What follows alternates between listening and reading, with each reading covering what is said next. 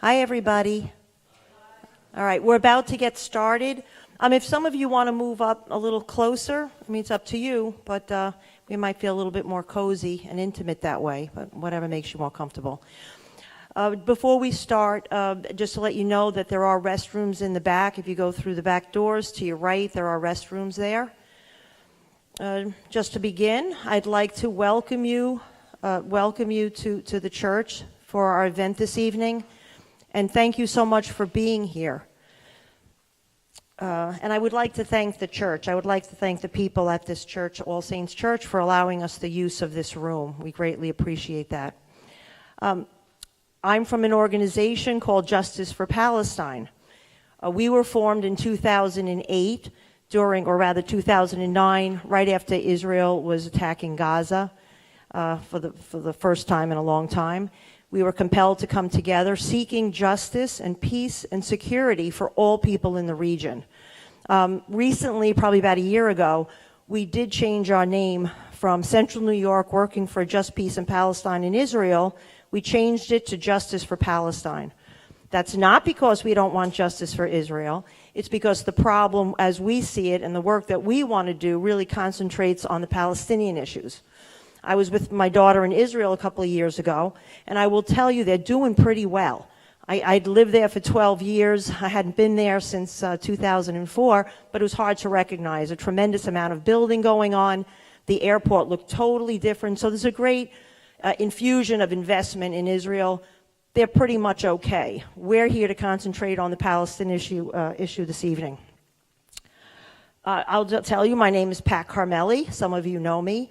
I moved to Israel with my Israeli husband in, what year was that? 1992, and I left in 2004. When I went, I didn't know much about the issue. I see a lot of familiar faces, so I know a lot of you do know a lot about the Palestinian issue. I didn't know much when I went there, but I started to learn, which compelled me to become active, to fight for the human rights of the Palestinians. The Palestinians, the numbers of refugees I think someone just recently mentioned, Ann, did he say about 5 million? About 5 million refugees worldwide, but it seems like we're always hearing about the other refugees. The Palestinians have kind of become the invisible refugees.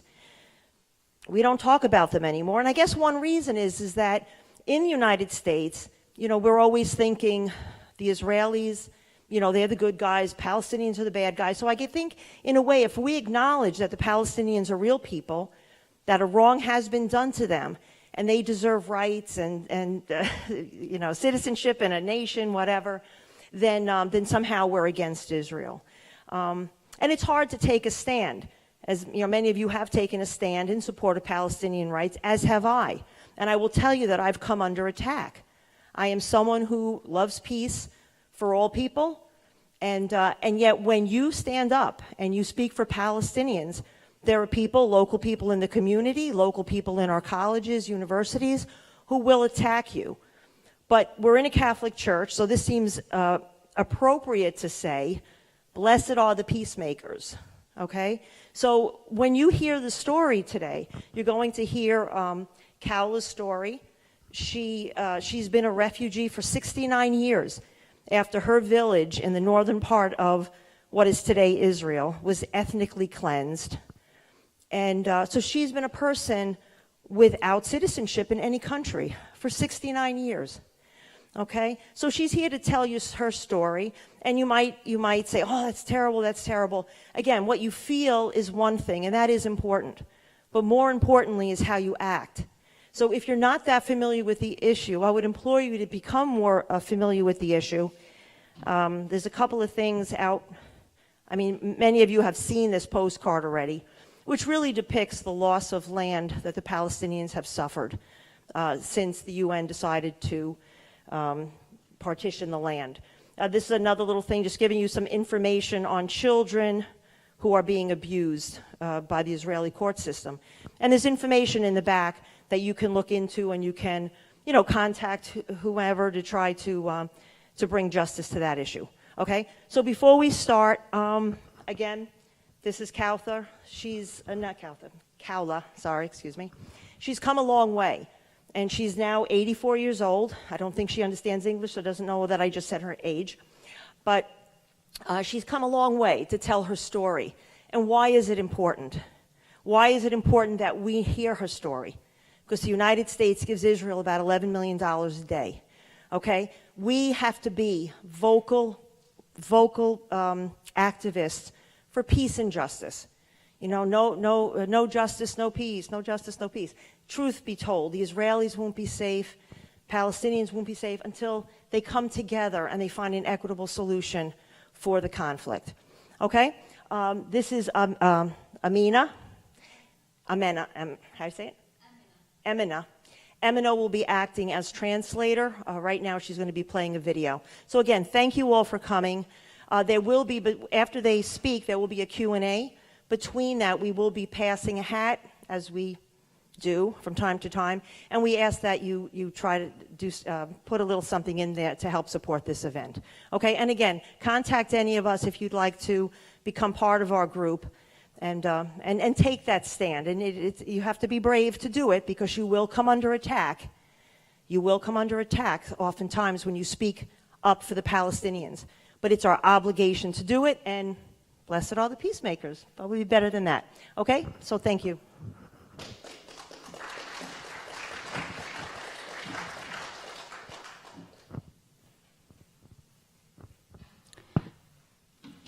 Hi, everyone. My name is Amena. I am a Palestinian refugee in Lebanon. Today we are going to start this event with a short video. I'm going to show you how the Palestinians live and how the life is in Palestinian refugee camps in Lebanon. Then we're going to head to Musa's stories, or Khawla Hammad's stories. We say Musa for all ladies. That means the mother of Musa. Which is her son, Musa. Then we're going to a short presentation explaining facts and figures about the Palestinian Nakba and the Palestinian refugee situation in Lebanon.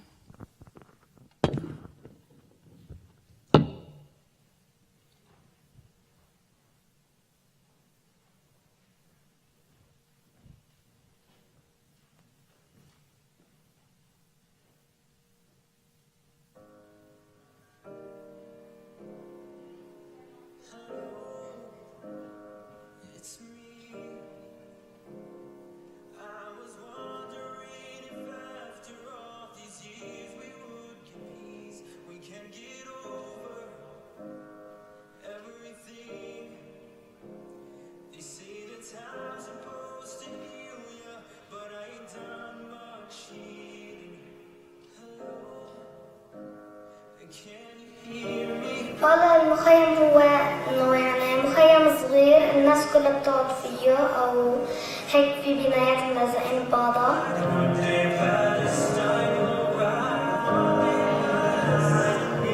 عشنا بالمخيم لأنه ما قدرنا نفوت على فلسطين.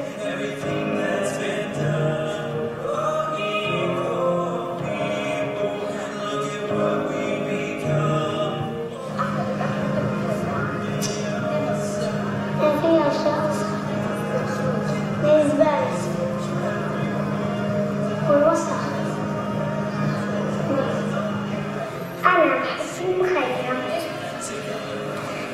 لأنه في رفقاتي في قرايبي ما بحبش المخيم. الأشياء اللي ما بحبها بالمخيم هي إنه بتخانقوا كتير بيعملوا مشاكل كمان هون إنه ما في يعني نلعب فيها ونضلنا بالبيت قاعدين أو ناخد التليفونات ما في محل نلعب فيه كله مستقلات وهيك ودايما بيقولوا مستقلات ما بيزموا هيك فجأة بمرقوا بلكي صاروا يصير attacking you, distracting you, reacting to, harassing you.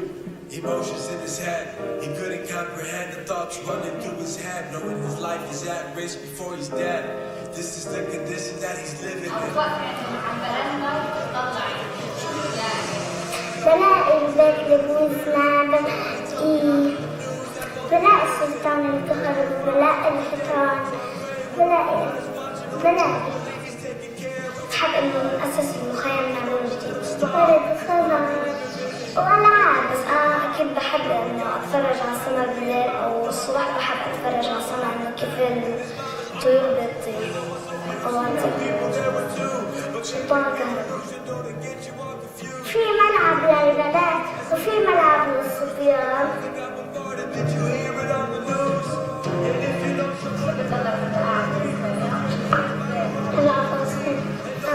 المخيم إنه ما كتير بيفرح الناس. لا بحب أرجع فلسطين لأنه فلسطين هون هناك كان بيتي، بس إسرائيل تسلط عليها.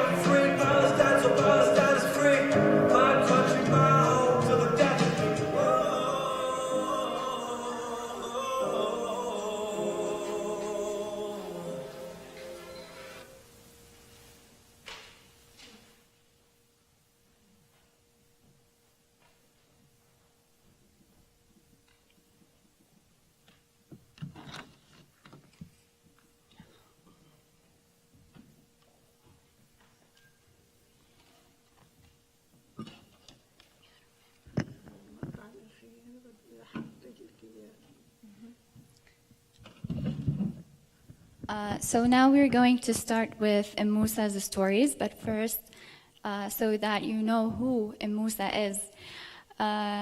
First thing, she was born in 1933 in al-Kabri village, a small village in the north of Palestine.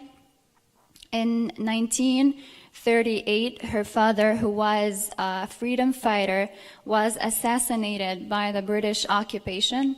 Then in 1948, she was exiled along with all the villagers of al-Kabri and forced to leave all the way to Lebanon. Then in 1982, during the Israeli invasion to Lebanon, she lost 4 of her kids. And now in 2017, she's here with you sharing her stories.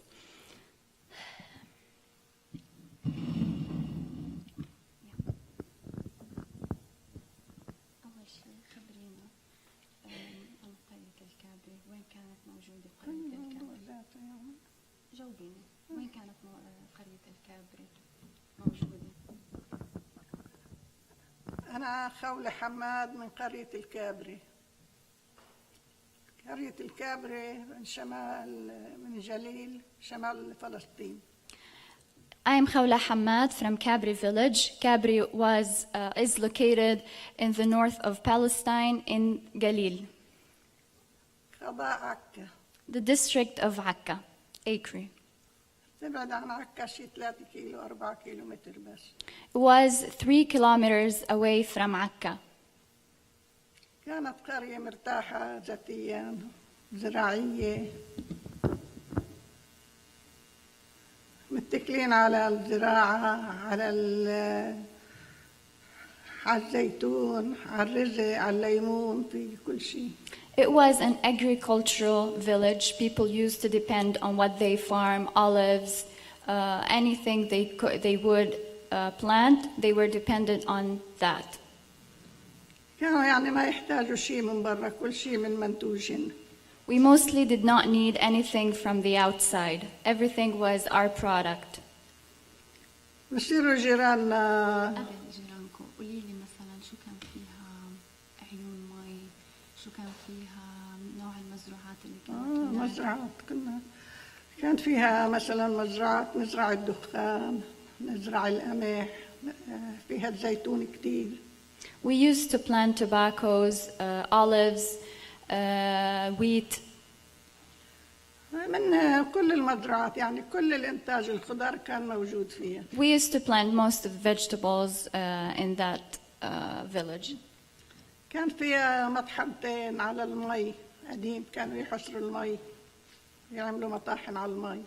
We also used to have 2 mills in the village that were automated by water. كان فيها بيوت، كان بلد منا ليها يعني. And it was just a perfect village. كان فيها بيوت بقلب البلد صغار هيك، بس البلد كلياتها كانت يعني عمار حديث.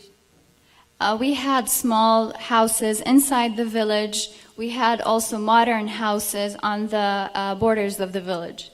احكي لنا إسا رجل. كانوا جيراننا مستعمرات لليهود المحليين. We used to have settlements, several settlements around our village. They were all local Jews. كان مستعمرة اسمها نهارية، هاو المحليين يعني الفلسطينيين اليهود. كان في مستعمرة اسمها حنوتة، كان في مستعمرة اسمها جويلة، كان في مستعمرة اسمها معصوبة. The settlements were Naharia, Juela, Hanuta, and Masuba. كنا عايشين نحن وياهم عيشة طبيعية، نروح عندهم ويجوا لعنا، نحضر فرحهم ويحضروا فرحنا. We used to visit them, they used to visit us. We even used to attend each other's weddings. لفترة من الزمن يعني رحنا خطبنا عروس من لبنان لسلفي. Once I remember my brother-in-law got engaged to a Lebanese woman. الطريق بدها تمرق من حد المستعمرة. While coming back from Lebanon, we had to pass through one of the settlements. قاموا وقفوا بالطريق، قال لا العروس ما بتمرق. مين هن اللي وقفوا؟ اليهود جيران. أي مستعمرة؟ أي مستعمرة؟ شو اسمها معصوبة. مستعمرة معصوبة. وقفوا قالوا العروس ما بتمرق.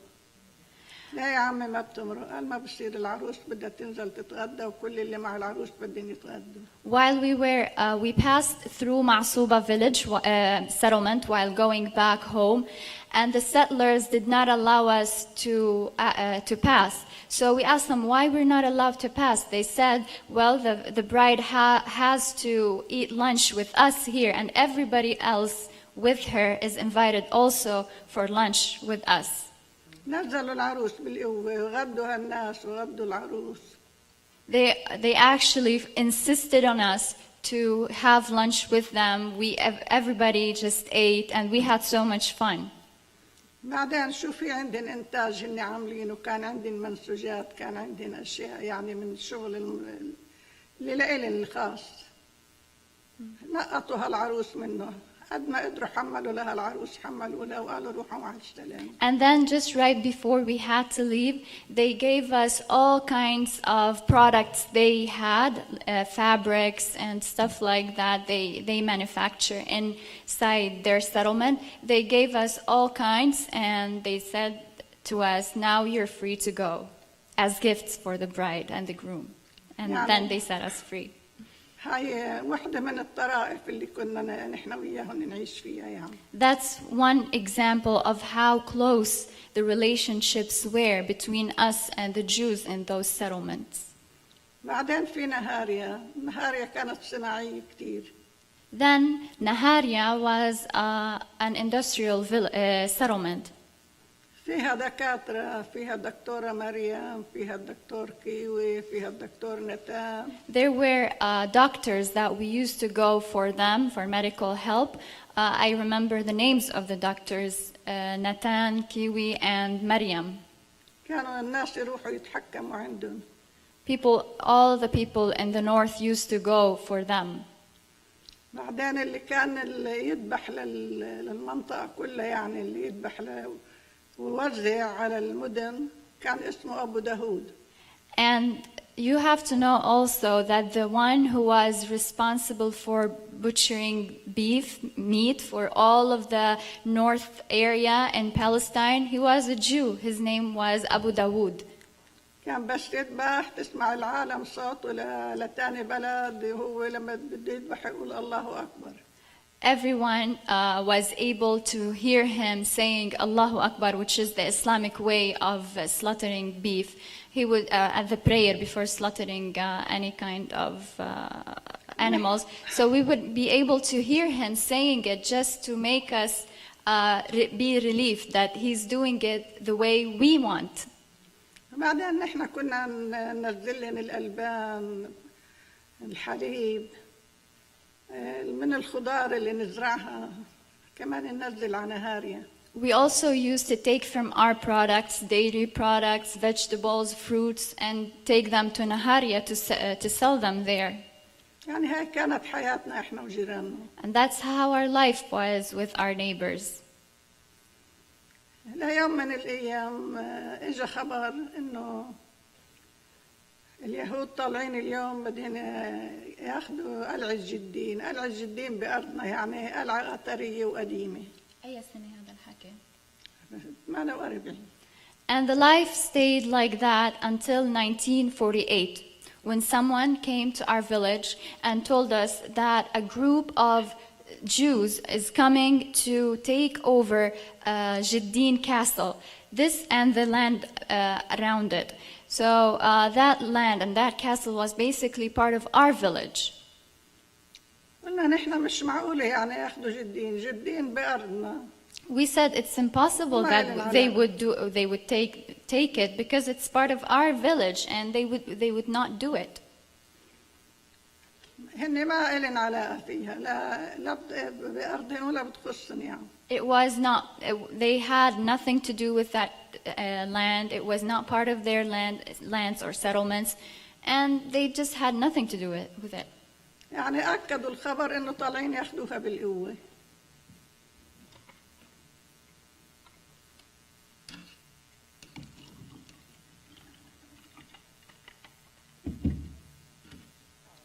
But the person, he was sure that they are coming to take over it by force. قاموا أهل البلد قالوا لا بالقوة ممنوع ياخذوها. So the villagers said, nobody is going to take anything from us by force. قاموا سكروا الطريق أهل البلد، طريق ضيقة جاي بين بساتين. The villagers, مين أهل البلد كانوا؟ كل أهل البلد، أطفال ورجال وكبار وصغار، أهل الكابري. أنت كنت معهم؟ نعم.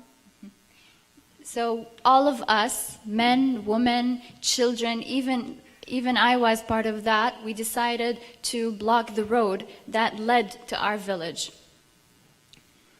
إني بعد إجا الخبر الساعة 3 إننا جايين، الساعة 5 يعني بعد العلامات بتسكر الطريق ما حسينا إلا القافلة طالعة. We got the news at 3 p.m. and then at 5 p.m. while we were still blocking the road, we saw them coming. هن 12 سيارة لإلهم ومصفحتين للإنجليز، واحدة وراهن واحدة قدامهم. They were in 12 vehicles and 2 British tanks that were protecting them from behind and from the front. ترجعوا ممنوع تطلعوا على القلعة، ممنوع تروحوا، بيقول بدنا ناخدها بالقوة. ساعة يقولوا اشتريناها نحن مشترى، يا عم منين اشتريتوها؟ ساعة يقولوا اشتريناها من واحد لبناني، ساعة يقولوا اشتريناها، كل ساعة يقولوا واحد شكل. So they said, we want to go into that castle because it's ours. So we told them, how is it supposed to be yours? They said, well, we bought it from a Lebanese guy. Then they said, we bought it from someone else. But they never actually told us how they got it or whom they bought it from. بجيبوا لنا هاللبناني يلي باعكم. ما في لبناني. So we asked them for a name of that Lebanese guy, but they never showed one.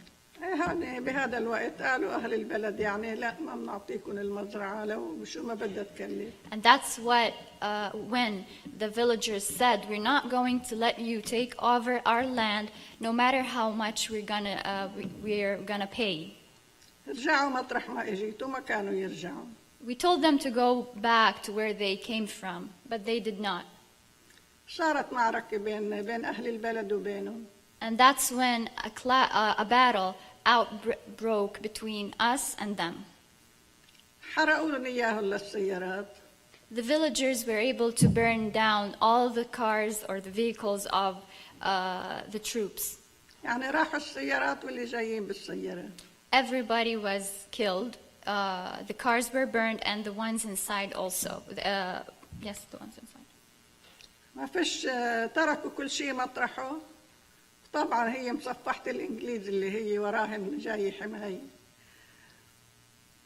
رجعوا على عكا.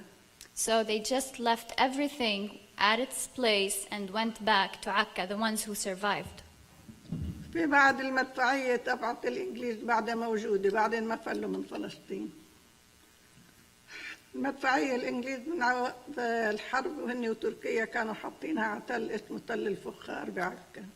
Those paramilitary groups went to an artillery it's a hard word for me. Artillery that existed on a hill, atop of a hill in Akka, that was used by the British army. بلشوا قصف على البلد بالمدفعية. And they started bombing our village using the weapon. شيء بعده مش مارق علينا هالقصف. كنا بعدنا يعني يا دوبنا خلصين من الحرب العالمية. It was the first time we witnessed something like that. اللي عنده أطفال اللي عنده أولاد يعني انتشرت من البلد طلعوا برية البلد في حدنا أحراش إحنا مثل الشجر اللي هون طلعت العالم تقبت بالشجر بالليل. So each one of us, all the families that had children or old people, had nothing to do but to flee. We had forests just like the ones I've seen here, and we ran away into them. وضلوا مطوقين البلد ويقصفوا عليها ما حدا قدر يرجع ولا حدا قدر يفوت على البلد. But they kept on just bombarding our village, so nobody was managed to go back. نحن بطريقنا صرنا نتنقل في بلد من بعدنا يعني بتبعد عنا شيء 40 كيلومتر اسمه ترشيحة. طلعنا من بلدنا على ترشيحة. So we started to keep moving until we reached another village called, or town called Tarshiha. It was 40 kilometers away from us. احنا بترشيحة طلع الطيران اللي كان له جناحين من زمان اذا حدا بيتذكره. طلعوا خصف بترشيحة كمان فلوا اهل ترشيحة ما ضل حدا. Then the planes came, planes with 2 wings. They came and they bombed also the town of Tarshiha. So everybody there also fled. صرنا نتنقل من بلد لبلد. طلعنا من ترشيحة على الدير لأن أهل الدير كمان في حد المستعمرات خايفين منهن هربانين. And then we kept on moving until we reached another village called Der. Der was so close to a settlement, so they already have fled. The people in Der had already fled. ضلينا لو وصلنا على حدود لبنان. Then we reached the Lebanese borders. وصلنا على حدود لبنان في طريق يعني العام الزفت بتفصل بين فلسطين ولبنان. قالوا من هون لإلكم ومن هون لإلنا ممنوع تفوتوا لعنا. We reached the Lebanese borders. There was only one highway that separated us from the Lebanese territories, but the Lebanese army did not allow us in. يعني كان 1-2 أيار من وقت الشهر كان هالقد 1 و2 أيار. That was May 1st and May 2nd, 1948. طلعنا العالم معها أطفال معها عجاز معها لا في أكل لا في مي ما في شيء. We just fled with whatever we had on us. Our kids, the old people we just fled with the bodies we had on us. We didn't take anything. We had no food, no water, no nothing. قعدنا بهالأحراش في بركة جمع هاي بجمعوها من مية الشتاء بتشرب منها المواشي ما في غيرها. صرنا ناخذ من البركة اللي كلياتها بدعس فيها المواشي كلها نغلي المي حتى نكررها لنشرب بس الأولاد.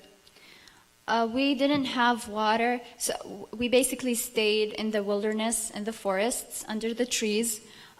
We didn't have water until we found a pond that cattle and cows used to drink from it. So we had nothing but to go there, get the water, and boil it so that we can give our children water to drink. ما في شيء يعني حتى طعمي هالولاد ما في شيء. وبلبنان يعني جنوب لبنان كان كله عايش بفلسطين بهذاك الوقت، ما كان في شيء بجنوب لبنان. We also didn't have food because basically the Lebanese south, the population there used to live in Palestine, so they were so poor. يعني أول يومين ثلاثة صاروا هالولاد يأكلوا من حب هالشجر، شفيع هالشجر يأكلوا، بلوط، شو ما لقوا، شو بطم، هاي حب بطم بصير هالقد صغير، صارت هالولاد تلقوت وتاكل منه. We didn't find anything to eat, so we would just grab whatever grows on the trees and eat it. We sometimes would eat things that we didn't know. مرضت الأطفال والختيارية، صار مرض الحمى، صار في موت. قد إيه قعدتوا؟ ونحن قعدنا 7 أشهر. We stayed there for 7 months. We did not have any roof on the top of us. We just stayed in the wilderness. And then people started to get ill. Many children and all people died because of the fever. يعني بهداك الوقت اللي ابن المنطقة واللي بيعرف المنطقة بيعرف طريق إنه يروح بالسرقة وما يشوفوه، يرجع يجيب شيء من بيته ويرجع. صار القمح عندنا، نحن طلعنا بواحد أيار كان فري، كان صار القمح مستوي، يروحوا بالسرقة بالليل يقصوا شوية سبل قمح ويجيبوهن لا يفرطوهن طعم الأولاد تاكل العالم. Then people decided to start sneaking in back to Palestine, to their villages, so that they can get some of the plants they already planted before leaving their houses. تعذبت الناس كثير كثير، تعذبت العالم. أنت رحتي؟ رحت أنا مرتين أجيب أكل من بيتنا، بس على القمح أنا ما رحت، اللي راح عمي على القمح. I actually sneaked twice to go back into my house to get food for my to get food. قديش قعدتي تمشي بالطريق لحتى وصلتي؟ مثلا نروح اليوم بس يصير الليل نقعد بمطرح اللي ما يحسوا علينا حتى يناموا اليهود، ما نلاقي حركة يهود، نروح على بيوتنا نجيب من بيوتنا ونطلع. كمان قبل ما يطلع الضوء نقعد بالحرش لحتى تعتم الدنيا ولحقنا نوصل على حدود لبنان. We would go, I remember, we would leave the area at night. We would stay walking for one night. Then when when the sun rises up, we would stop walking until the night comes back, so that we would make sure that no more soldiers are around us. And then we would go to the houses, get the food, and then do the exact same thing again until we reach our area. بعدين عمي قال الله يرحمه، قال نحن بدنا نقعد هون ما نلاقي لقمة أكل ناكل أو نلقمت عن الشجر، والقمح عنا بده مين يشيله، بدي أنزل على فلسطين ومهما كلفت. My father-in-law decided that he wants to go back also to his village to get some of his own grains. And he said that I'm going to go back no matter what it takes. إنه هؤلاء اليهود أصحابنا وجيراننا، يعني مش معقول. And he said, well, those Jews used to be our friends and our neighbors. It's impossible for them to harm me. قاموا نزلوا بهالليل عبونا يقصوا شوية سبل قمح ويجيبوهن بأكياس يجيبوهن. قعدوا شوي لحتى بس يصير بعد نص الليل ما يعودش في حركة ولا شيء، وقصوا شوية قمح ويجوا. So they actually, he went. مع مين راح؟ لا مع مين هو مين راح؟ هو أخوه. ومين مع مين كان معه؟ هونيك هو وأخوه، هوديك اللي لقوهن كل موجودين تلملموا على بعضهم. هلا الأسماء بقول لك إياها. ما بدي الأسماء، بس قصدي هو راح مع كم واحد؟ هن 8 اللي راحوا فيها. لا لما طلع من القرية مع كم واحد؟ بس أخوه بس لحاله؟ ما رحش حدا معه؟ عمي عمي وأخوه اللي راح. Okay. عمي وأخوه. So I was just making sure that I've understood everything. So basically, my brother-in-law, my father-in-law and his brother went to get the wheat. عمي وأخوه كان ابنه ومرت ابنه هاي العروس اللي جوزت جديد كانوا ما إلهن الشهر مجوزين كانوا معاهم. And also his son and his wife, the ones that I've told you their stories earlier about the one who went to Lebanon and got married. So they all went to get the wheat. بس ابنه ومرته كانوا عم بتمشوا على جانبه هوديك 8 قاعدين ناطرين بس لحتى يصير بعد نص ليل. So while they were going, they had to stay at night, as I told you, until the sun rises up. So they were waiting for the sun, and they were sitting in the middle of the forest, and they met also another people who were also going to get wheat. ما حسوا إلا اليهود فوق راسهم مطوقينهم. At that point, the son and his bride just went for a walk away from the people, and the others stayed sitting next to the fire. And suddenly, they were just surrounded by soldiers. أخو لعمي وفي غيره 7 بنعرف منهن 4 من بلدنا و4 ما عرفناهن لحد الآن بعدنا عم نبحث عليه. شو صار لهم؟ قتلوهن اليهود. ارفع ايديك ارفع ايديك رشوهن كل ما خلوا ولا واحد يتحرك. After they surrounded them, they asked them to raise their hands, and they just killed all of them right away. هاي كانت القصة طلعتنا من بلدنا. And that's how we left our village. قعدنا 7 أشهر على الحدود. صار ببلد اسمه رامية على الحدود اللبنانية. صار موسم الحصيدة بلشوا يحصدوا القمح. صرنا نحن بس هن من زمان ما كان في دراسة كانوا يقيموا القمح على البيادة. صرنا إذا وقعت سبلة قمح من وراهن وهن محملينها وأخدينها نلقوتها لحتى نفرط بس نسلقهن ونعملهن للولاد نطعميهم. Then that's how we could never go back, sneak back into Palestine, but we still needed to eat. So what we did was we would wait the farmers, the Lebanese farmers, to finish harvesting their crops. And when they finish, we would go after they leave. We would go after them and just take the remains and the leftovers of the wheat they have harvested and take it back home, back to the place that we were staying, so that we had something to feed our kids. يعني هاي كانت حالتنا وطلعتنا. بقينا 7 أشهر نحن على حدود لبنان ويعني شتت الدنيا ونحن بعدنا قاعدين تحت الشجر. We stayed there for 7 months. Even it started raining while we were still there. لحتى اجت الأمم المتحدة وضبط هالعالم ونزلت جبتها على لبنان وعملوا لي المخيمات. We stayed there until the United Nations came. They took us and they started classifying us in different camps. يعني هاي حكاية الفلسطينية وعذابي.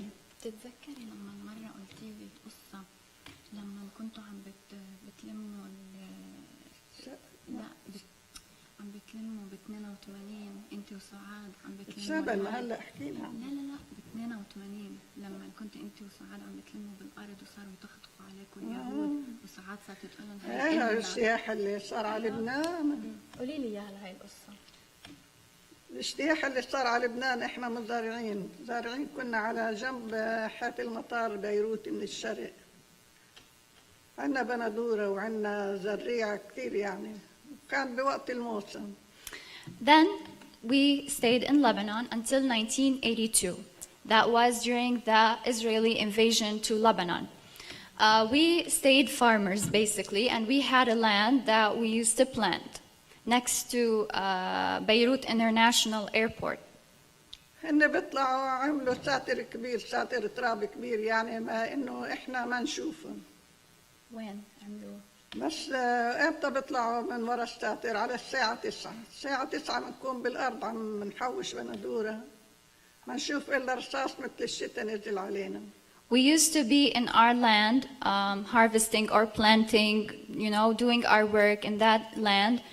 At 9 a.m., they would come up, the soldiers, Israeli soldiers, and they would start shooting at us heavily. يعني هذا اللي شفناه. كمان بالجنوب نفس الشيء عملوه. ولاد بنت حماية 2 شباب جايين من المدرسة كمان لقطوهن وأخذوهم. Also, they did the exact same. They used to do the same things or atrocities even in the Lebanese south. I have 2 family members. They were coming back from the school, and they were kidnapped by the Israeli army. واحد منهن بين إنه هن قاتلينه، وواحد منهن اختفى كليا. One of them, we knew that he was killed by them, but the other one, till now, we don't know where is he. ناس قالوا إنه انقتل ببناية عزمة، كانوا ضابين الشباب من الفلسطينية كتير وحاطينهم ببناية بالسور اسمها بناية عزمة، ونزلوا البناية عليهم. Some people told us that he was abducted by the army and he was put in or kept in a building along with other Palestinian youth. They were all inside that building, and the Israeli army just destroyed that building while the people were inside it. ولحد هذا الوقت مش معروف شيء. حدا قال إنه شافوه أخذينه بالهليكوبتر، حدا قال إنه بنصار، حدا ولحد هلا ما. Others said he was just taken by a helicopter. Others said that he's imprisoned now in Palestine, and we just don't know anything about him. كفينا أنت هوديك لا تقنقنيش، أنت عارفيتن كلهم. So Musa chose not to tell by herself the story of how her son was killed during the Israeli invasion, because it's too hard on her to just say it. So she asks me to say it in English so that she doesn't even understand what I am saying. What basically happened that during the Israeli invasion in 1982, I'm going to speak in her tongue. In the Israeli invasion in 1982, our neighborhood was surrounded or sieged by the Israeli army. Nobody was allowed in or out except for some women. My son was trying to sneak in food to the people inside the neighborhood with 4 of his friends. They were in a car. When he reached the entrance of the neighborhood, he heard people with weapons. He heard the sound of weapons. Someone was loading the weapon. So he said, guys, is that you? He thought that it's their friend. So they said, yes, it's us. But he still stayed suspicious. So he said, show yourself. Then when they come up, it turned out that they were Israeli soldiers. They actually shot all of the people who were inside that car. And then the Israeli army or the soldiers there wanted to just, wipe the proof that they have done something. So they burned down the car. Then Musa came and she was looking for her son, that's Musa. Because so she kept on looking for her son for 5 days. She would go into the neighborhood asking people, have you seen my son? Have you seen my son? People would be like, no, I didn't see him. No, I've heard that he went to another village. No, I've heard that he left the town. Nobody told her, although they all knew that he was inside that car. Then a guy came to her and he said, Khalto Musa, I'm going to tell you something, but please don't tell anybody that I've told you this. And she said, okay, I'm not going to tell anybody. What is it? So he told her, well, your son, he was actually killed by the Israeli soldiers, and they took him and along with the people who were inside the car, his friends, and he named his friends, and they buried them on the top of the hill. You can find it because there is a black blanket going out of the hole, so you can find it there. And she wanted to go, but the people in the neighborhood did not allow her to go and see if her son is there or not, because they said they did not want the Israelis to come back to them if, you know, they knew that she's looking after what looking for what they have done. So she went to the police station. At the police station, she told them, my son, he went missing for the past 5 days, and nobody telling me where is he, but I know that he's buried at the top of the hill, and I want to go and check if he's there, if his body is there. So the police station said, we cannot do anything for you because we cannot just confront the Israeli army. So you just go and do whatever you want. So what she did was, she went to the Red Cross along with her daughter, who later on was killed also. They went to the Red Cross, they got the Red Cross and went to that hill. They went there, they started digging, and she found 2 bodies there. The 2 bodies were for her son's friends, and she was not able to find the body of her son because it was totally burned down. So she could not do anything. She just covered him back, and she just went home. Yeah. So this is one of the stories that Musa cannot share with you. And she apologizes for not being able to tell this story with her own voice, but you might notice that it is hard on her. بدي أحكي عن الكابري. هلا أنا جاي كمان أحكي عن الكابري، إنه هلا عم بيقولوا إسرائيل ما في بلد اسمه الكابري، جرفوها ما خلوا فيها ولا حجر. محوا خريطتها من الخريطة فلسطين كلها. Now the Israelis say that there is no village called al-Kabri. بعض الآليات اللي احترقوا بعدين لحد الآن حاطين المحل المشلوهن من 48 لليوم. But the tanks and the vehicles that were burned are still the same place they were in 1948. مين ما راح سايح على إسرائيل بيقولوا له شوف شو عملوا فينا الفلسطينيين. Anybody who goes to Israel, they would take him on a tour to that place and would tell him that look what the Palestinians have done to us. هاي قصتنا وهاي حياتنا. And this is my story and this is my life. And thank you so much.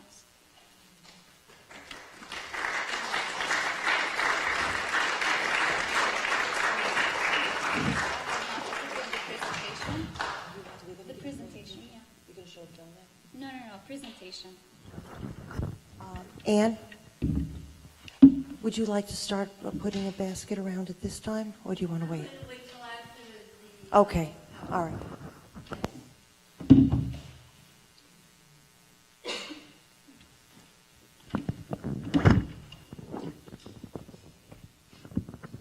So in order to understand the stories and the concept on everything that Musa was telling us, especially if someone does not know anything about this whole issue, we have to give a short historic briefing about everything in order to know why this happened and why Palestinians and what is Nakba. So first thing we have to do is go back in time to the Okay, so we have to go back in time to the 1800s, to the European continent specifically. Does anybody have any idea what was happening or going on in Europe at that time, in the 1800s? It's a question, yes?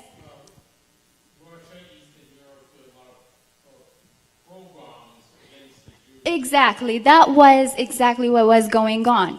Persecution, anti-Semitism, what they call anti-Semitism, started to spread in Europe. It started in Eastern Europe and actually spread throughout the whole continent. And that's when Theodor Herzl came.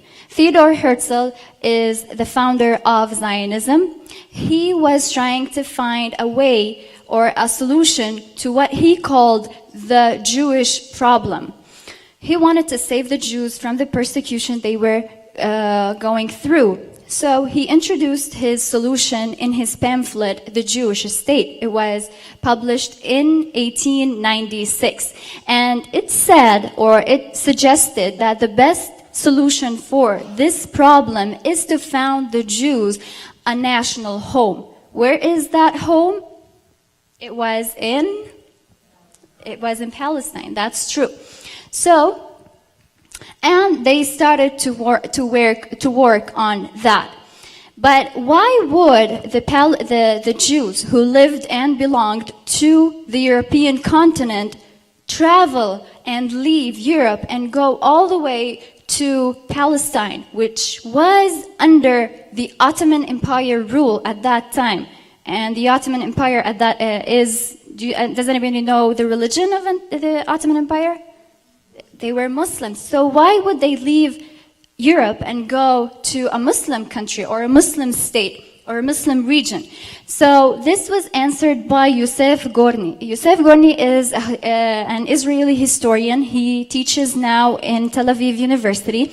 And he says that the reason why the Jews preferred to go to the Ottoman Empire instead of staying in their lands was because Jews enjoyed a higher standing in Muslim society and enjoyed a greater affinity with the culture of their surroundings than the Jews in Eastern Europe. So the Jews who were living in Palestine and in that area were actually living peacefully. And this explains the proof is what Musa just told us, the stories and how people were just living all together, coexisted all together.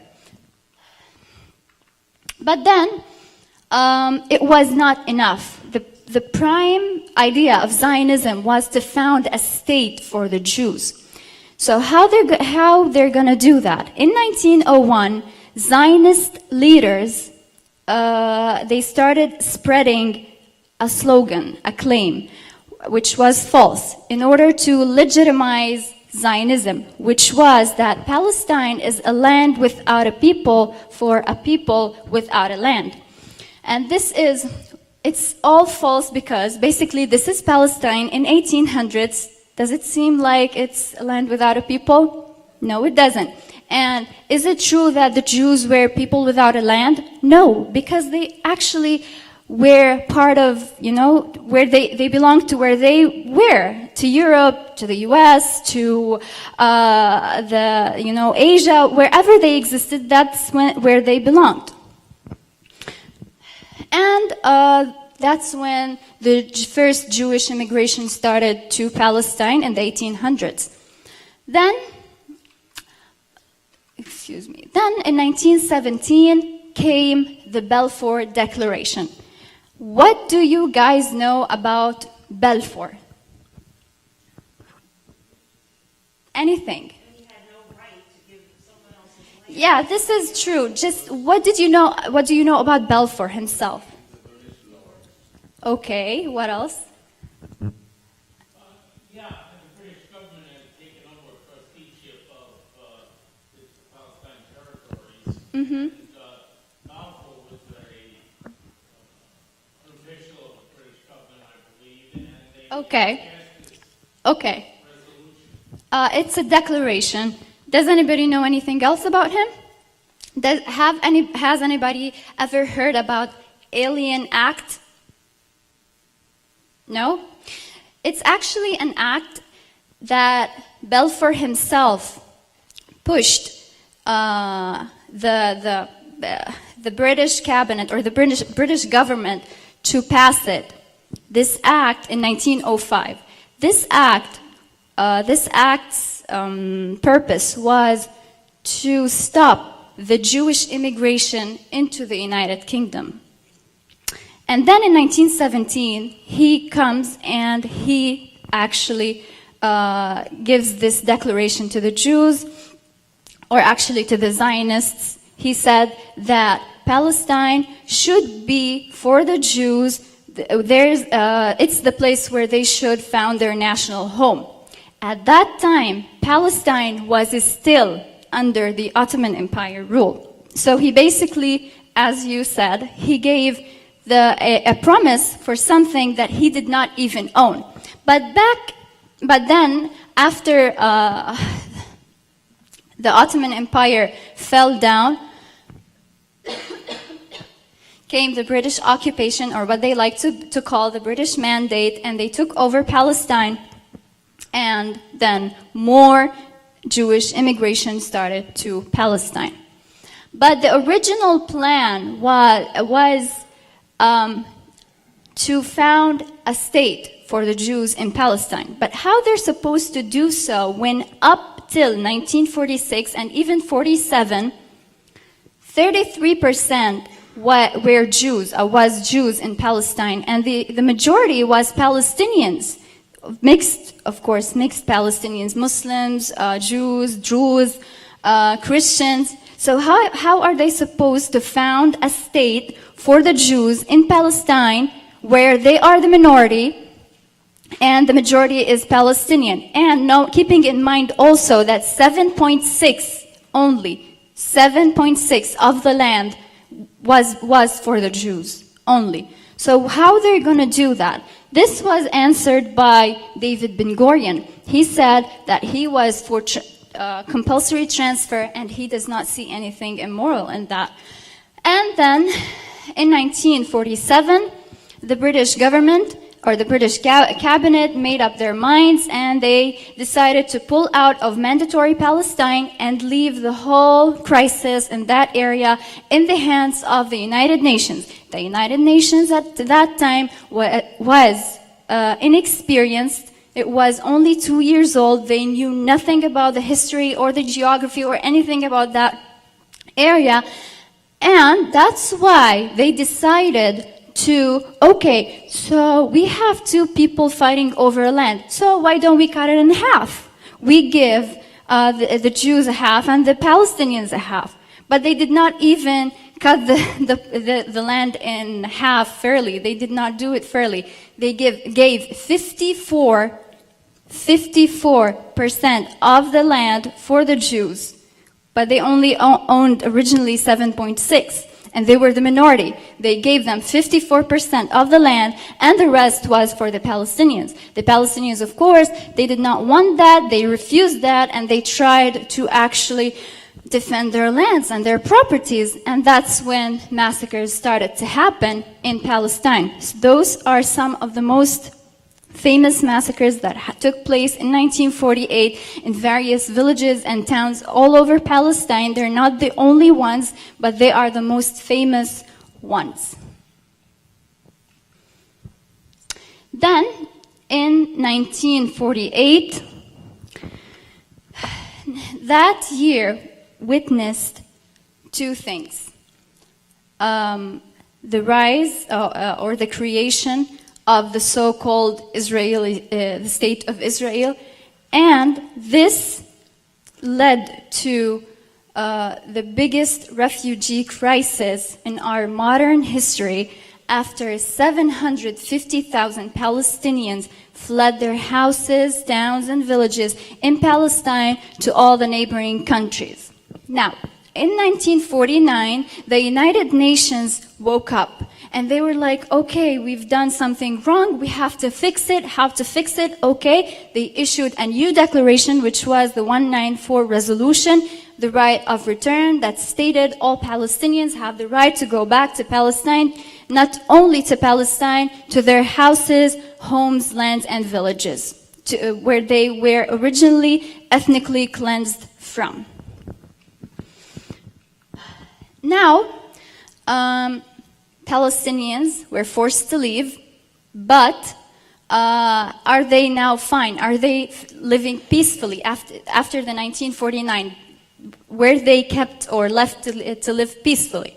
The answer is no. Now we're going to know how and why. First thing you have to know is that we have Palestinian refugees in Jordan, Lebanon, Syria, Also, we have Palestinian refugees in the West Bank and in Gaza. Not many people know that we actually have refugees inside of Palestine.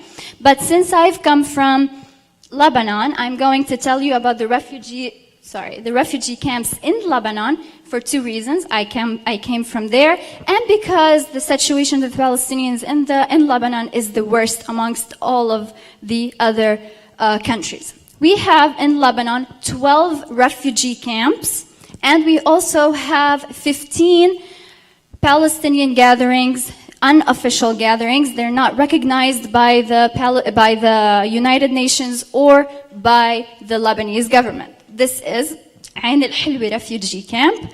Ain al-Hilwi refugee camp is the biggest refugee camp in Lebanon. Its area is 1 square mile. And we have 100,000 refugees living inside Ain al-Hilwi refugee camp. And because it is the biggest refugee camp in Lebanon, we call it the capital of diaspora. See, I told you I should not have eaten. I feel like I'm running. Then we have Burj al-Barajni refugee camp. That's where I come from. It's a little bit smaller than Ain al-Hilwi refugee camp. It's 1 square mile. And we have 100, it's a third of a square mile. I'm not good in miles, that's why I have to cheat. It's third of a square mile, and we have 50,000 refugees living in that really petite, small area. And this is another photo of Burj al-Barajni refugee camp. So my house is somewhere there. Once I tried to look for it, but I was not able to find it. So, as you may have noticed from Musa's stories, even after the Palestinians were exiled, ethnically cleansed, massacred, in whatever you want to say, pogromed, I don't know if that's a proper verb, but I'm going to use it anyways, in 1948, did the Israelis actually leave them? No, because they wanted to get rid of this situation that they have initially created.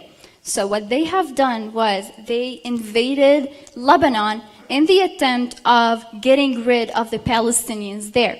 So in 1982, they invaded Beirut to get rid of the Palestinians. What they have done, and now I have a proof, I'm not just saying they have done, they have intended to do it, or claiming that. I'm going to tell you why and how. First thing, this is a photo of what we used to know as Nabatiya refugee camp. Nabatiya refugee camp used to exist at some point before 1974 until the Israeli planes came and they bombed the whole camp, and it was never rebuilt, and now it does not exist anymore. Ain al-Hilwi refugee camp was destroyed twice during 1982. Then we have al-Baddawi refugee camp. It was targeted by the Israeli army in 1982 by phosphoric bombs, and it caused the death of 125 Palestinians and the injury of, I guess, 1,000 Palestinians, because it's dense, so people can die easily. Then we have Burj al-Shamali refugee camp. Also, it was targeted in 1982 by the Israeli army. Then we have Sabra and Shatila massacre. And that's why I'm telling you that they're trying to get rid of the Palestinians.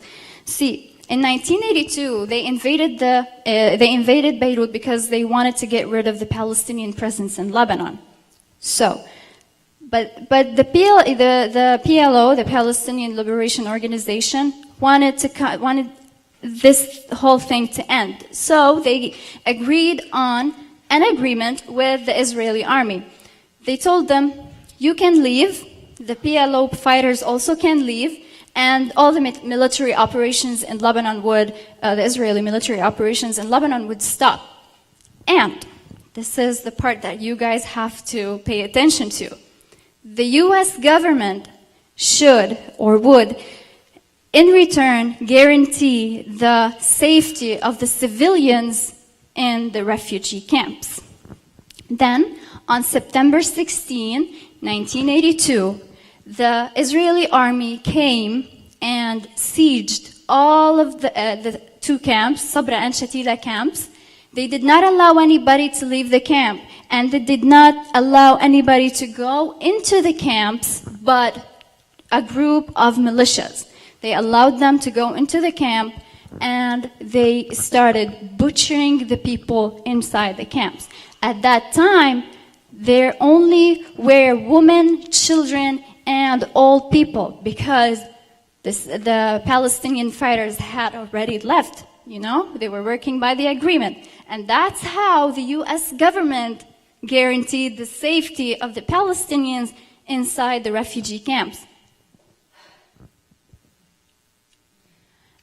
At that point, Ariel Sharon, I guess everybody knows who Ariel Sharon is, he was watching, he was the engineer of that whole massacre, Sabra and Shatila massacre. He was watching what was going on for 3 consecutive nights inside Sabra and Shatila massacres, and which resulted of the death or the killing of 3,500 Palestinians inside those 2 camps.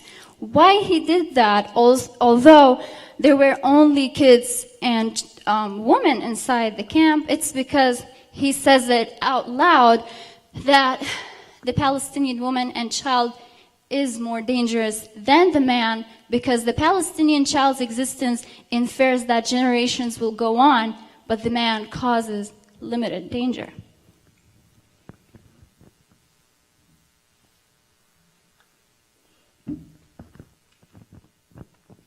Oh, you didn't finish yet. I can wait. Okay. But, so now we are in 2017. The last war was in 2006, but the Israeli war, last Israeli war, and Lebanon was in 2006. So, but are the Palestinians living peacefully or a comfortable life in Lebanon? The answer is no. Why? Excuse me. Okay. So, I'm going to make this fast. The Palestinians in Lebanon have no civil rights, have no human rights in Lebanon. How is that? Well, the Palestinians, what's the most basic human right you could ever think of? Come on. Basic human right. Other than, that's actually, that's, right to own a house? Okay, that's a nice one. Palestinians in Lebanon do not have the right to own property outside the camps. What another, To own a religion. That's something we have, that because Lebanon is a sectarian country, so everybody has the right to be whatever they want. Clear water. Okay, we have salty water in our tap water. We cannot drink that water, so we have to buy water from the outside the camp. What else? Think about stuff like education, health. You know, we don't have that. I know you were not thinking about. Yeah, I know that you were not thinking about it because maybe you thought it's something that everybody has, but Palestinians don't. Palestinians don't have really limited access to health facilities in Lebanon. They also, Palestinian students do not have the right to be in governmental schools. And also, the most important right that I know that you did not think of, Palestinians do not have the right to work in Lebanon. Palestinians cannot work in 72 professions. They cannot be doctors, lawyers, pharmacists. I'm a translator. I cannot be a translator. Like, I cannot work legally in Lebanon because I am a Palestinian refugee.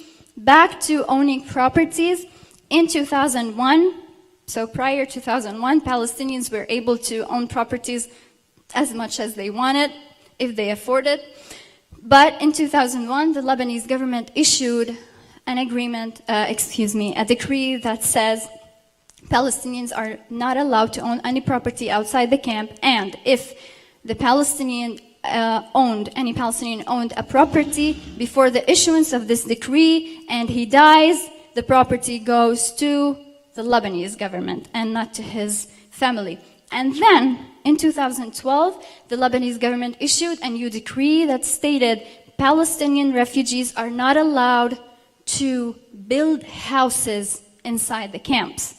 And that's why we have checkpoints all over the entrances of the camps in Lebanon, because they want to make sure no building material would enter the camps.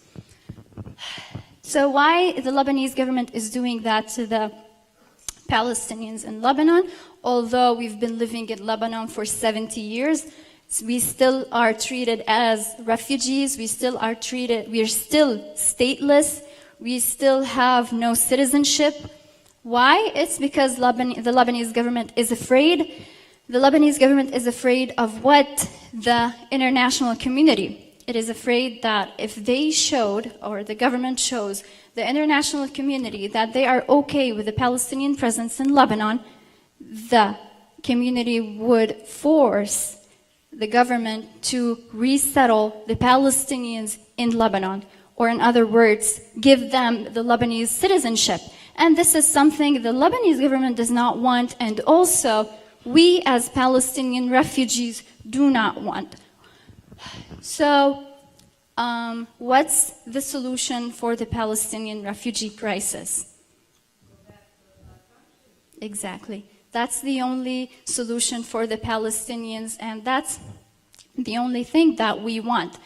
Ben Gurion has said at some point, he thought that if they stayed in Palestine long enough, at some point people would die and everyone would just forget. Or what he actually said, that the old will die and the young would forget. Now, after 70 years of what happened, I am sure that nobody's going to forget. People are actually remembering more and more what the Palestinian refugees in diaspora in Lebanon, Syria, Jordan, and the West Bank and in Gaza want is simply their basic human right, which is the right to return. And this is the only solution for everything that we are going through. Thank you so much for listening.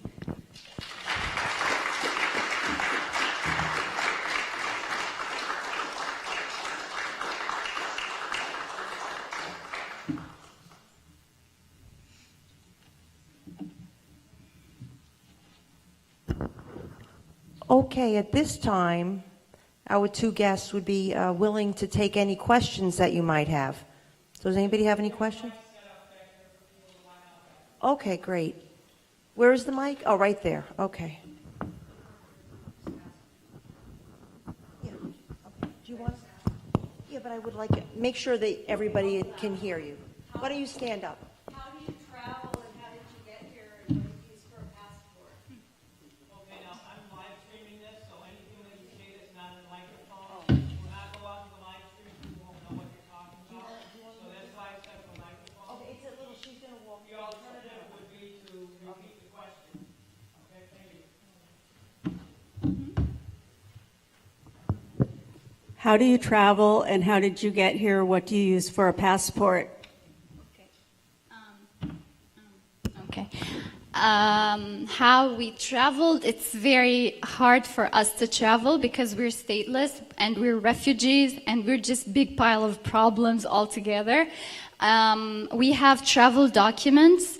Basically, we didn't have any problem issuing a visa for any old lady. You know, last year and this year we didn't have any problem in issuing the visa for the Nakba survivors because they're just above 80. But for me, I was denied twice. Excuse me, I was denied once. And there was supposed someone else to be with me, but she was also denied. She was denied twice. When they gave me the visa in the U.S. Embassy, they told me, you're not qualified for this visa, but we're just giving it to you because someone needs to go with the old lady.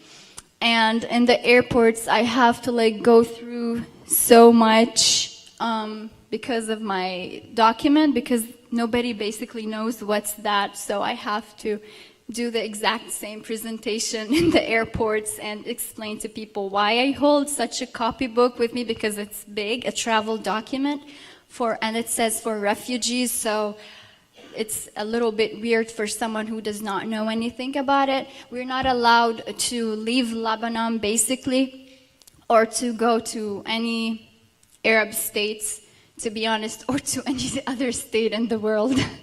But as I said, the organizers of this tour had to go through what do we call it, invitations and stuff like that in order for me to get this visa. And thank God it's for 3 years, so we don't have to go through this for another 1 year now. So that's how it is, basically. Could you explain the difference between a camp that is run or overseen by the UN and I assume the camps in Lebanon are not, but if you'd explain to us a little bit responsibility for the different camps. The camps are not run by UNRWA. The UNRWA gives UNRWA to whom does not know. It's the United Nations Relief and Work Agency for Palestinian refugees. The camps are not run by the UNRWA. They only give services, social, and they are supposed also to give educational and health services. So that's what they actually do, but they don't do it because maybe you have seen how camps are now, and so they're not doing their job anymore. So there are no camps that are not run by someone else. So I don't know if this explains or this answers your question. Were services ever delivered? Were services, health or education services ever delivered by UNRWA in Lebanon? Okay, so we have, like in Beirut, we have 6 refugee camps in Beirut, the capital of Lebanon. We only have 1 clinic, which is run by UNRWA in Beirut for all of those camps. And it's a very small one. It does not give any kind of major health services. So if someone needs any kind of operation, he cannot have it. And the UNRWA does not also help the Palestinians in any kind of major operations, as I said. So they don't basically, because they're going through a crisis, an economic crisis right now. But this has been the issue since as long as I can remember. And as for education, I don't know, did you ask about education? Yes. Yes, okay, so education, they give really humble, like their schools are so bad. People prefer not to go to UNRWA schools, but because they have no other choice, they just go to UNRWA schools because they're free. But we have inside each classroom 60 students. So, and the classrooms are just so small, very small. So you can imagine how bad things could go.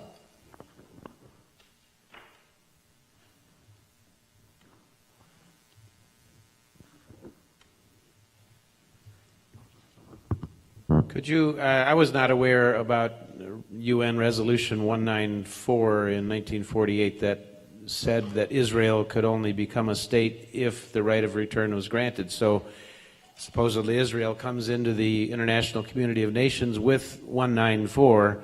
What have governments of the world, including our own, I mean, I don't think we've pushed it. I never knew about this resolution.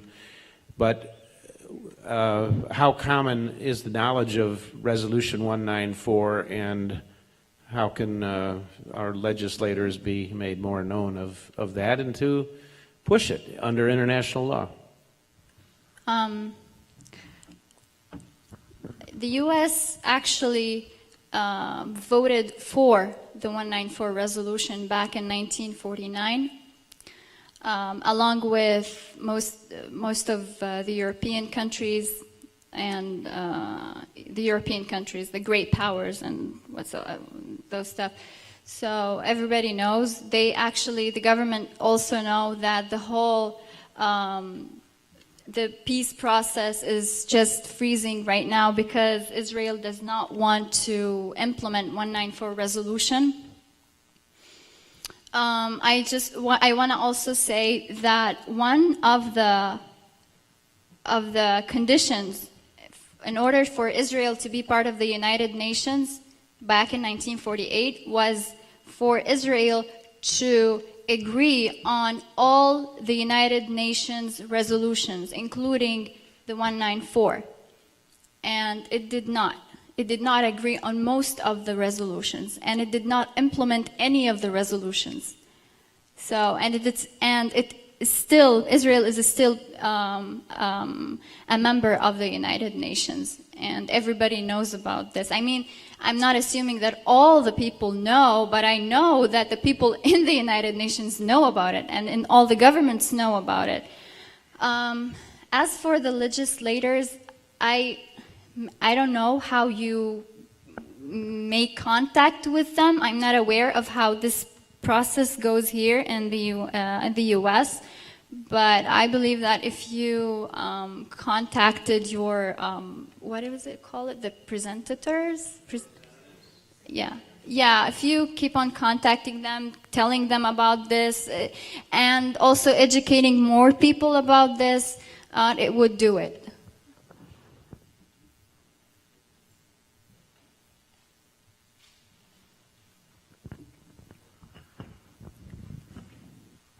Well, thank you very much for your translation and your program and your hosting or accompanying a witness, first-person witness to the events pre and post 1948.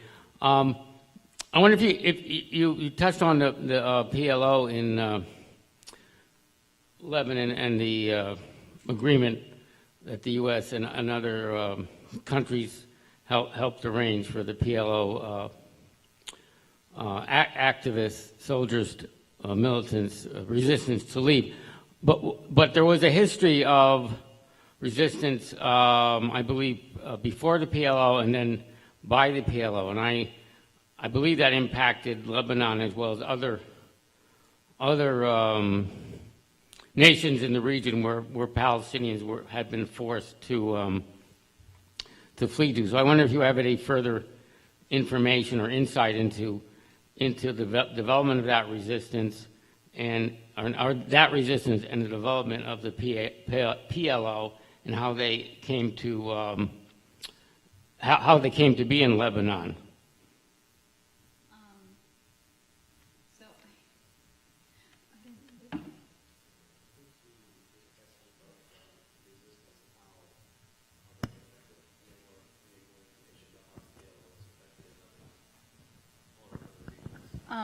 So it's how the PLO fighters or the PLO resistance was affected by other regions, in other regions. Is that your question?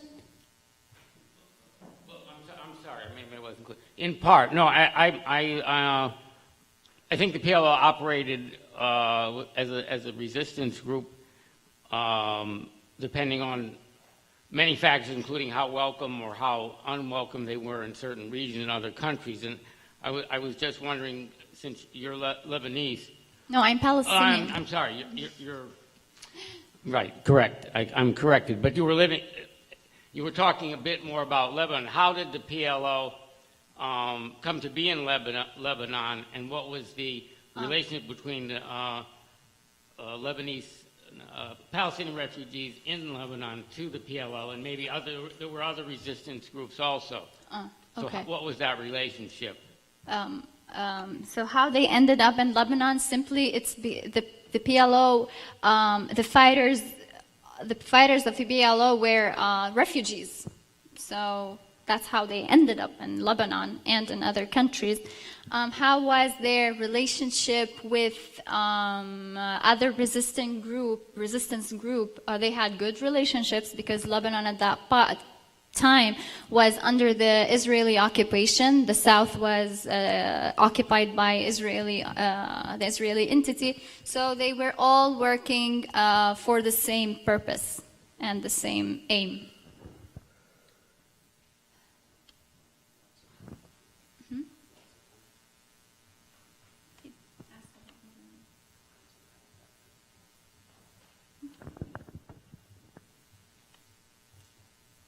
Could you say a bit more about the number of Palestinian refugee camps in, like, the West Bank itself, near Jerusalem and other parts of and in the Gaza Strip, and camps like Shafat Camp or Jabalia Camp in Gaza? Are they still in existence? What is their populations? What's happening?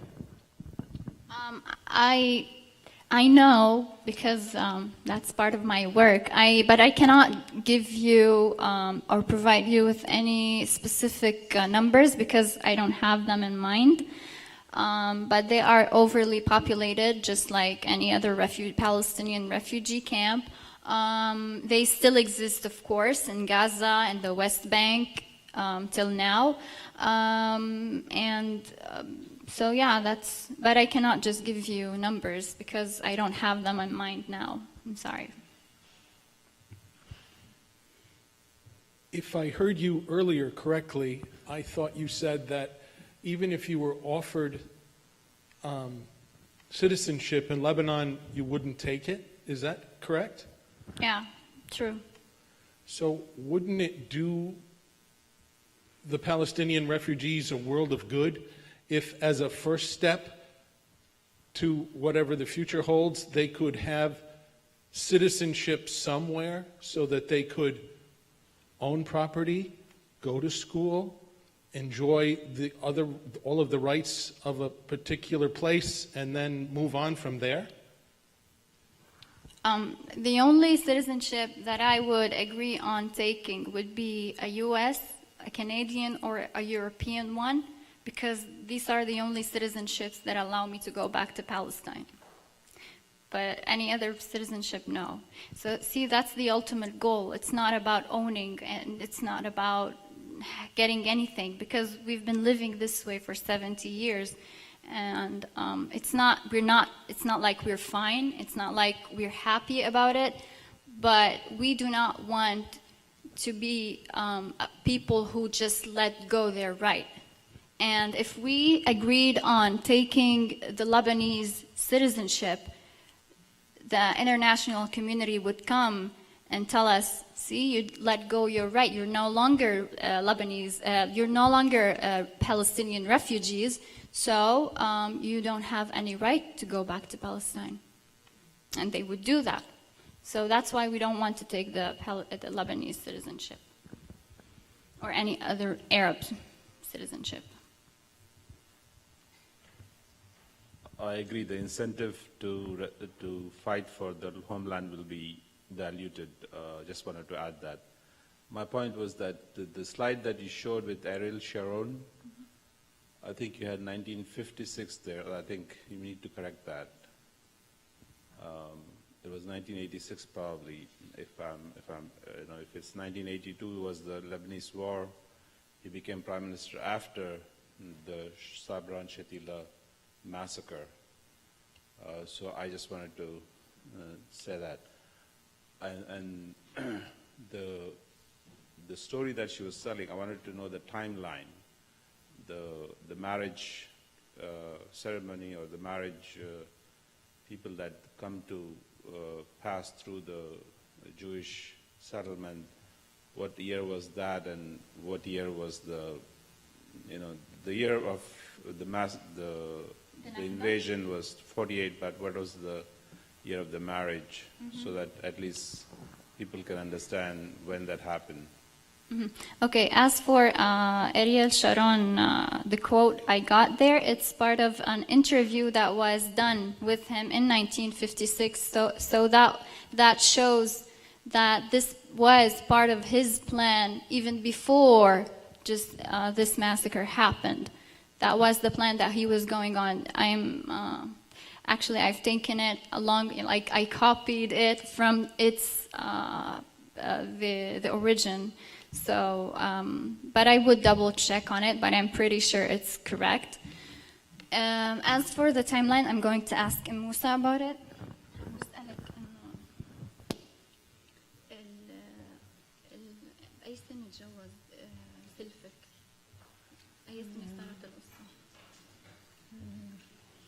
احنا طلعنا بال 47 42 بال 47 باخرها. Late 1947. It happened. The wedding was in late 1947. Hi, thank you so much for coming, both of you, and really appreciate it. I think we're very lucky to hear from you, both of you, especially as such a young person and being a translator. I can't believe they didn't give you a visa right away. And definitely support your right to, be a Palestinian citizen at some point, as soon as possible. How did you happen to get your education and become such a great English speaker? So I did not go to an UNRWA school. I went to a private school, which is mainly so expensive. How my father afforded to let me go to a private school, this is going to be the second question, I assume. So my dad was a petrochemical engineer, but he was not allowed to work in Lebanon. So he had to work for 15 hours to 18 hours a day because he was working illegally in Lebanon. So he had to work all that time for I don't know how many years in order to afford me going to the private school and getting good education. At that time, my dad had to work for 15 hours or 18 hours a day, and when an inspector, government inspector, would come to where he works, to the factory or something, he would have to go and hide in it's a land, a deserted land outside the company. He had to go and hide there along with his friends, his Palestinian friends, because we're not allowed to work. So that's how I got my education.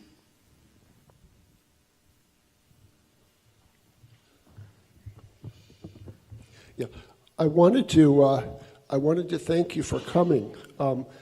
Your talk has filled me with many more questions than it has answers, and I look forward to going from here and doing some study and trying to find out more about what you've talked about.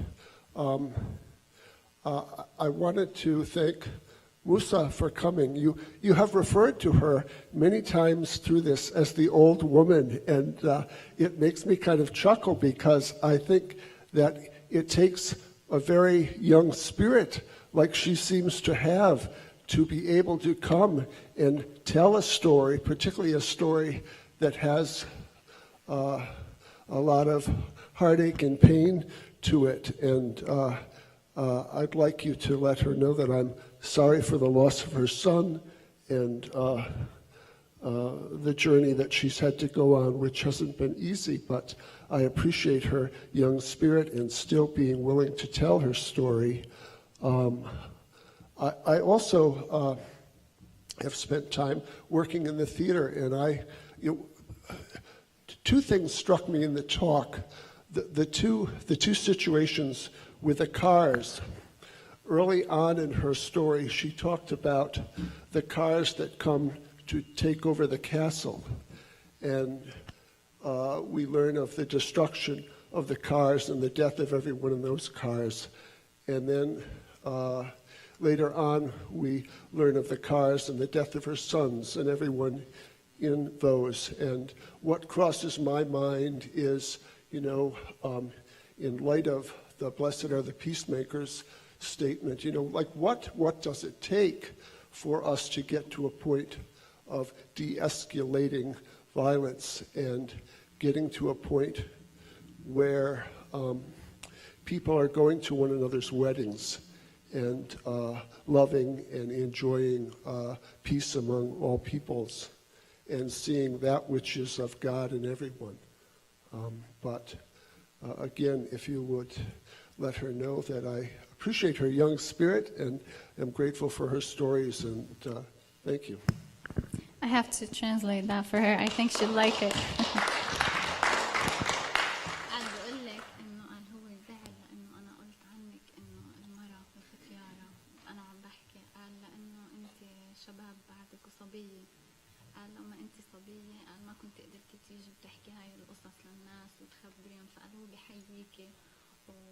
وكثير انبسط انه حكيتي لهم هاي القصص وقال هو حزين للخساره تاعيتك لاولادك وهيك.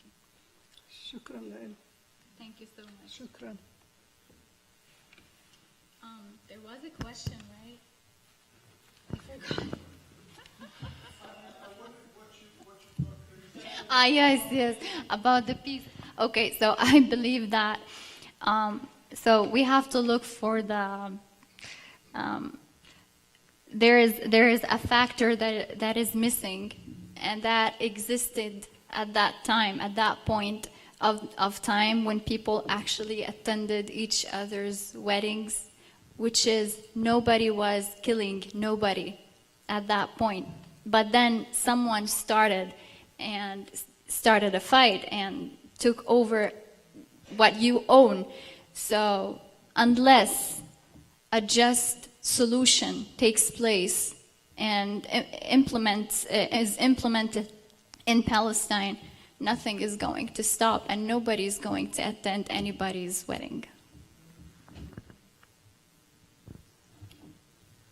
I wanted to ask a question about the young spirited woman sitting next to you, and I didn't want her to understand what I'm saying. I think she mentioned, and you mentioned also, that she had 3 other children that died or killed. Can you explain it to us without her knowing? Because I know how emotional that will be on her. So basically, her son, she lost 2 sons and 2 daughters. One of the sons, she told me previously the story. The other one, she never tells that story. Even to me, she never told me that. But as for the daughters, so what happened basically was also during the Israeli invasion in 1982, her eldest daughter or oldest daughter had a farm next to, a farm next to her land, to her house, and she used to plant in that land, in that farm. So during the invasion, her daughter lost her mother-in-law. And, she passed away, and they had a funeral and stuff, and so on. So after everything ended,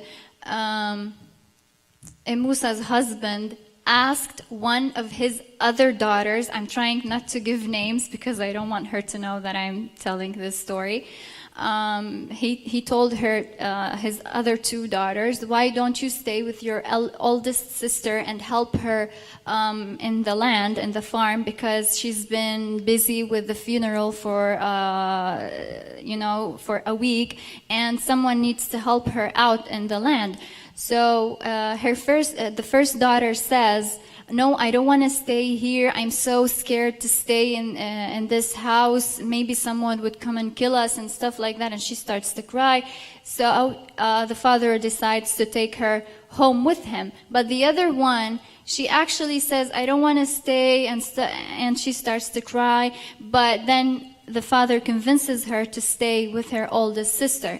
What happens later at that night is, after Musa and her husband and the daughter leaves, people are just resting in the house, the oldest sister, the younger one, and all family members. That included, they were all women because men had already left for dinner. They were all men, women. They had babies with them. They were all sitting there. And the oldest daughter hears the door knocking. So she goes and she wants to open the door, and she's like, okay, welcome, come in. She thinks that there are people just coming to visit. The moment she opens the door, 30 bullets go into her chest, and she's killed right away. And then the soldiers go into the house, and they just start randomly shooting everyone in the house. 10 people were killed in that massacre. They were all her family members. Only 2 survived. They were little babies, although they were actually severely injured, but they survived somehow. And Musa keeps on telling me that she never believes how they survived, but they managed to survive after all. So that's how she lost both of her daughters at that time.